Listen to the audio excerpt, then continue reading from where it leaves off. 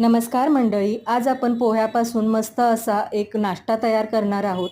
इथे 1 वाटी मी पोहे घेतलेले आहेत. आता त्याला स्वच्छ धुवून आपल्याला हे भिजत घालायचे आहेत.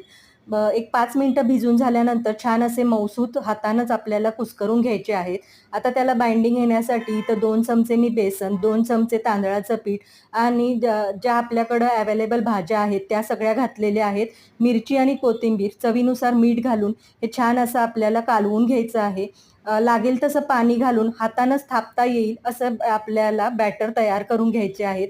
आज आपण इथं पोह्यापासून मस्त असे उत्ताप्पे तयार करणार आहोत. कोणताही इनो किंवा सोडा न घालता हे उत्ताप्पे छान असे तयार होतात.